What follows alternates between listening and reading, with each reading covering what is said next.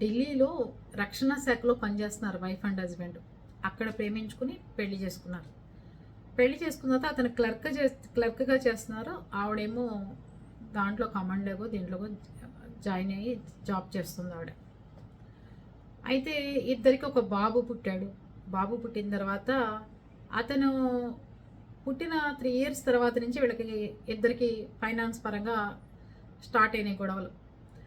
ఏంటంటే నీకు జీతం పెద్దగా లేదనో లేకపోతే ఇంకా ఏదో ఇద్దరి మధ్యన తగాదాలు స్టార్ట్ అయ్యి గొడవలుగా రూపంలో ఆర్థిక ఇబ్బందులు ఇలాంటివి ఏమన్నా ఉన్నాయనుకుంటా దాని గురించి ఇద్దరికి వాదోపవాదాలు గొడవలు జరుగుతున్నాయి. అయితే ఇంత ప్రేమించుకుని పెళ్లి చేసుకుని వాళ్ళిద్దరూ చక్కగా ముచ్చటగా ఉండాల్సిన వాళ్ళు ఆ అమ్మాయి వాదన పెట్టుకుంటుంటే అతను భరించలేక డంబుల్స్ ఉంటే అక్కడ దాన్ని పెట్టి తలకాయ పగలగొట్టాడు. కొడుకు కూడా అక్కడే ఉన్నాడు. 3 years బాబు. చదువుకుని ప్రేమించి మంచి స్థాయిలో ఉద్యోగాల్లో ఉండి ఎట్లా ప్రవర్తిస్తున్నాం మనం, దాని గురించి మనకి ఏదైనా ఆవేశాలు వచ్చినప్పుడు ఆర్థిక ఇబ్బందులు వచ్చినప్పుడు ఇంట్లో పెద్దవాళ్ళని కానీ అలాంటి వాళ్ళని కానీ హెల్ప్ తీసుకోవడమో లేకపోతే ఎవరితోనో కూర్చుని కౌన్సిలింగ్లు తీసుకోవడమో ఏది చేయకుండా ముందు చంపేసుకోవడాలు అనేవి వచ్చినాయి. ఒకటి భరించలేనంత. పోనీ అతను నేను అనే మాటలకు అతను ఆవేశపడుతున్నాడు, మనం కాసేపు తగ్గుదామని చెప్పి ఇటేపు అమ్మాయిలకు కూడా అనిపించట్లేదు. అతను ఆవేశపడపరుడో లేకపోతే అప్పుడు అతను ఏమైనా డ్రింక్ తీసుకుని ఉండొచ్చో లేకపోతే ఏదన్నా కానీ మనకి నష్టం జరిగితే నన్ను ఏమైనా కొడితే నన్ను ఏమైనా ఇచ్చేస్తే అవతల పిల్లాడు ఉన్నాడు కదా వాడు ఏదైనా అయిపోతాడని ఈ ఆడవాళ్ళు కూడా ఆ టైంలో ఆలోచించుకునే శక్తి ఉండట్లేదు. తగాదా పెట్టుకోవాలి అంటే బీభత్సంగా పెట్టేసుకోవాలి ఇంకా అంతే అనే టైప్కి వచ్చేస్తున్నారే తప్ప దాన్ని ఇంకా చచ్చిపోయేదాకా లాగా ఇది తెగేదాకా లాగద్దు అంటున్నారు కదా ఎదురుక సామెతలు. కానీ ఇప్పుడు అలా కాదు, చచ్చిపోయేదాకా లాగుతున్నారు. ఎవరో ఒకళ్ళు చచ్చిపోయేదాకా దాన్ని లాగుతున్నారు ఆ బంధాన్ని. డంబుల్స్ పెట్టి తలకాయ పగలగొట్టంగానే తీసుకెళ్ళి హాస్పిటల్లో జరిపించారు. 3 రోజుల పాటు ఆ అమ్మాయి మృత్యువుతో పోరాడి చనిపోయింది. చనిపోయిన తర్వాత పాపం బెంగళూరులో వాళ్ళ ఫాదర్ వాళ్ళు ఉంటారట.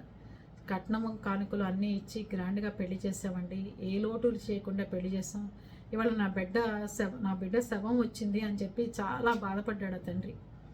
అంటే ఎంత భయానకమైన సంఘటన అంటే ఒక ఆడపిల్లని అపురూపంగా పెంచుకుని తీసుకొచ్చి మగపిల్లల చేతుల్లో పెడితే వాళ్ళ అవివేకంతో లేకపోతే వ్యసనాలకి బానిసయ్యో భార్య మారమని చెప్తేనో అది కూర్చుని ఇద్దరూ సాల్వ్ చేసుకోవాలి. కానీ అది డంబుల్స్ పెట్టి చంపేసే స్టేజ్ దాకా తెచ్చుకుంటున్నారు.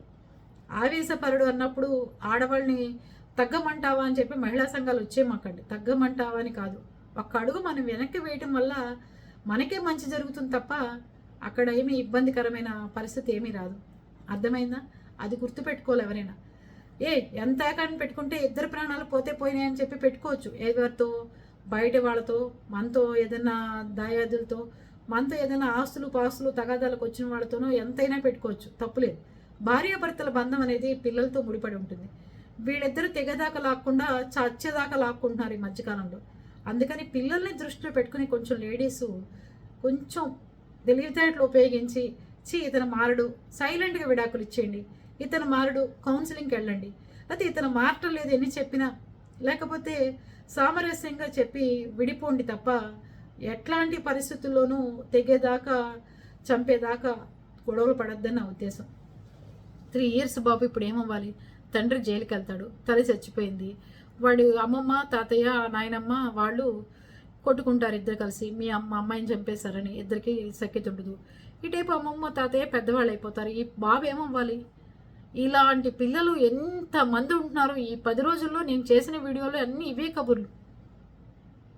పిల్లలు ఎలా అయిపోతున్నారు, అనాథలు అయిపోతున్నారు. ఎంతో గొప్పగా శక్తివంతంగా మంచి వాతావరణంలో పెరగాల్సిన పిల్లలు తండ్రి జైలు పాలయ్యి తల్లి చనిపోయి, లేకపోతే తండ్రి చనిపోయి తల్లి జైలు పాలయ్యి ఎవరింట్లోనో ఎవరో ఒక ముద్ద అన్నం పెడతారు అని చూసే దుస్థితిని చూసారా? దయచేసి ఎవరు తేమాకండి. ఇద్దరు నచ్చకపోతే మంచిగా సన్నిహితంగా విడిపోండి తప్ప బాగా చచ్చిపోయేదాకా లాగి కొట్టుకుని బాధలు తెచ్చుకోమాకండి ప్లీజ్.